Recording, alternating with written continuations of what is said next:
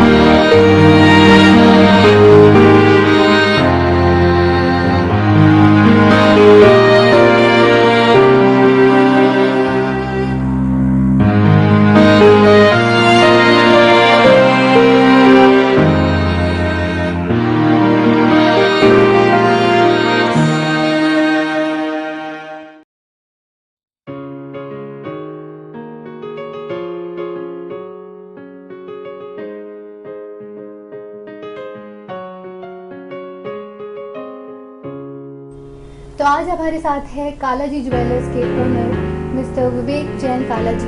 आपका बहुत बहुत स्वागत है। Thank you.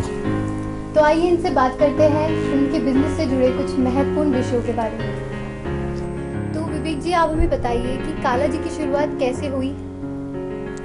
देखिए, ये बात मैं आपको बताऊं, चलो आज बात टीवी के माध्यम से आप सबको बताने का मौका मिल रहा है। 1976 में मैंने काम शुरू किया था और ये हमारा कोई पुस्तक व्यापार नहीं है, ये हमारा घर का मैंने ही शुरू किया हुआ काम है। उस जमाने में क्योंकि हमारे पास कम पैसे थे तो ये काम पैसे वाले लोग तो क्या एमराल्ड वाले काम में घुस गए, लेकिन हमारे पास कम थे तो हमने शुरुआत की सेमी प्रेशियस स्टोन से। तो कोई जमाने में, मतलब ये बात मुझे एग्जैक्ट डेट भी याद है कि मैंने 20 अप्रैल 1976 को काम शुरू किया था। उसके पहले साल भर मैंने श्री शांति कुमार जी शाह, जो हमारे पिताजी के दोस्त थे और जवाहरात के व्यापारी थे, उनके 1 साल करीब ट्रेनिंग ली और उसके बाद मैंने फिर 20 अप्रैल 1976 से काम शुरू किया। एक नए नाम के साथ मार्केट में उतरना इतना आसान नहीं होता, तो आपको किन किन चुनौतियों और कठिनाइयों का सामना करना पड़ा? देखो, पैसे तो पहले ही नहीं थे हमारे पास, तो सबसे बड़ी बात जो जवाहरात के लिए चाहिए थी वो तो थी पहले कैपिटल। मेरे फादर ने मुझे उस जमाने में 10,000 रुपये का दिए थे, तो भी 5,000 रुपये मेरे किसी एक काम में घाटा ही हो गया पहले साल शुरू के 2-3 महीने में ही। तो एक तरीके से तो 10,000 ही मानो, लेकिन रह गए 5,000 ही। तो काम शुरू हुआ, पैसे की बहुत दिक्कत थी।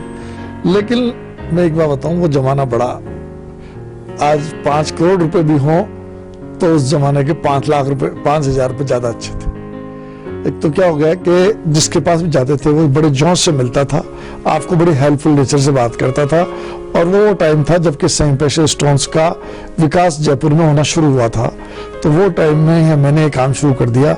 तो धीरे धीरे उस जमाने में मार्जिन भी था और काम करते चले गए, जोश था।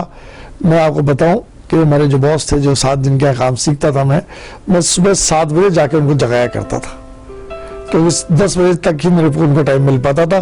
10 के बाद बाजार के लोग आ जाते थे तो बातचीत नहीं हो पाती थी।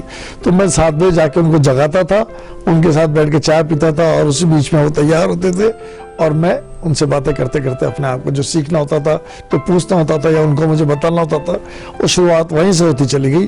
पर मैं सुबह 7 बजे तक कम से कम 5 साल तक गया हूँ।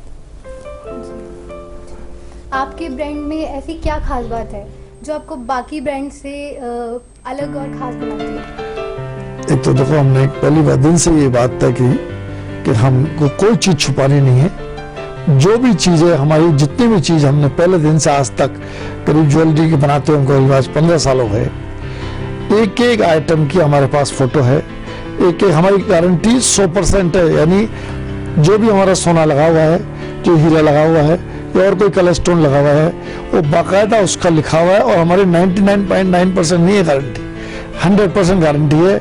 सोना हमारा साला हॉलमार्क्ड है और बाकी सारी चीजें बिल्कुल लिखी हुई है उसके ऊपर। तो हमारा ओपननेस के ऊपर बहुत है, क्लियरिटी पे बहुत है, विश्वास हमारी मेन चीज है। नोटबंदी का फैसला सुना है सरकार ने, तो इसका आपके बिजनेस पे क्या प्रभाव पड़ा है? सबसे बड़ी बात क्या हुई है कि नोटबंदी से लोगों को ऐसा लगने लग गया जैसे उनके पैसे नहीं रहे। बल्कि पैसा कुछ नहीं होगा तो बैंक में चले गए, गवर्नमेंट ने पैसे लिए थोड़ी अपने।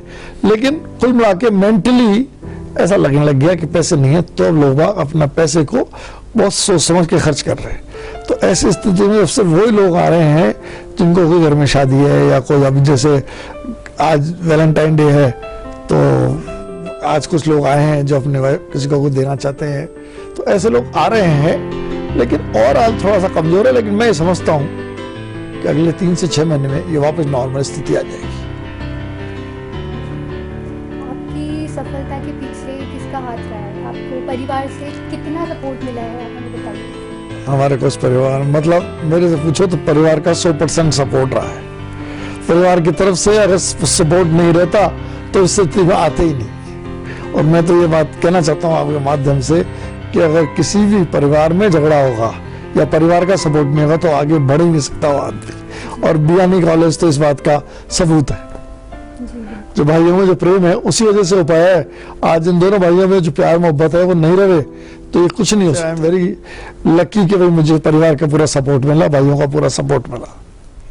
तो विवेक जी, आप हमारे बियानी टाइम्स के लिए और हमारे पाठकों के लिए क्या संदेश देना चाहेंगे, और महिलाओं के लिए आप क्या संदेश देना चाहेंगे? सर्वप्रथम तो मैं बियानी ब्रदर्स को बधाई देना चाहता हूँ। उनको मेरी तरफ से आशीर्वाद भी दे सकता हूँ और शुभकामनाएं भी देना चाहता हूँ कि वो जो काम कर रहे हैं वो आगे करें, बहुत अच्छी तरीके से करें। और मैंने अभी जैसा कि चर्चा में कह रहा था कि जयपुर में बहुत आवश्यकता है कि जयपुर की बच्चियां आगे आएं, मॉडलिंग के क्षेत्र जाएं, टीवी में जाएं। उसके लिए उनको अच्छा यहाँ से एक नेटवर्क मिले, एक ट्रेनिंग सेंटर हो। हमारी लड़कियों में बहुत स्कोप है। मैं मिलता हूँ तो मुझे लगता है कि बहुत कुछ आगे जा सकती हैं। उनको पीछे बैकअप देने वाला हो तो बियानी कॉलेज इस मामले में आगे बढ़े तो यहाँ पर काम बढ़ सकेगा। एक बात मैं जरूर कहना चाहता हूँ कि लड़कियां लड़कों से बेटर काम कर सकती हैं, ये वो प्रूव कर रही है। सपोर्ट घर का उनको मिलेगा तो कहीं भी जा सकेगी, ऐसा मेरा मानना है। तो माँ बापों को भी जरूरी है कि अपने बच्चे पे विश्वास करें और उनको घर में पहले दिन से ये बताए कि अगर उनको कोई अधिकार चाहिए तो उनकी वो ड्यूटीज भी है और वो अपने आप को प्रूव करें। घर से कभी जाएं बाहर, जो टाइम दे के जाएं उस टाइम पे घर पे आएं। कोई वजह से लेट हो तो रेस्पॉन्स करें, तो माँ बापों को बच्चों पे विश्वास होगा और बच्चों को वो आगे और भी छूट देंगे। चलो भाई आगे जाओ। दुनिया में मतलब अनलिमिटेड स्कोप है लड़कियों को आगे जाने का। और मैं समझता हूं कि लड़कियों को थोड़ा सा जिम्मेदारी के साथ ये काम आगे करना चाहिए। अगर आप कुछ अधिकार चाहते हो तो आपके कुछ कर्तव्य भी हैं, उनको आपको फॉलो करना चाहिए। और ये जो भी आपको मान लो छूट चाहिए तो you have to earn it. ये आपको मिलेगी नहीं, आपको अर्न करनी पड़ेगी। तो माँ बाप भी आपको छूट देंगे, तभी आप आगे बढ़ पाओगे। और चाहे फिर शादी होने के बाद पति के साथ आगे तभी बढ़ पाओगे जब आप दोनों में अंडरस्टैंडिंग बेटर होगी। और मेरा ऐसा मानना है, जब शादी हो जाए तो ईगो छोड़ देना चाहिए, चाहे वो पति का हो चाहे पत्नी का हो। अगर वो दोनों छोड़ देंगे तो लाइफ सबके लिए बहुत अच्छी रहेगी। हम तो 40 साल हमारी शादी को हो गए हैं, हम तो सारी बातें ओपन रख के चलते हैं। कोई बात है तो एवरीथिंग इज देयर, तो उसी में फायदा रहेगा दोनों के लिए। तो मैं यही कहना चाहता हूँ, मेरी तरफ से शुभकामनाएं सबको, और सब लोग आगे बढ़ें और खूब विश्वास के साथ काम करें। धन्यवाद, थैंक यू वेरी मच। हमारे साथ कालाजी ज्वेलर्स के ओनर मिस्टर विवेक कालाजी, जिन्होंने अपनी सफलता संघर्ष के बारे में हमसे महत्वपूर्ण बातें की।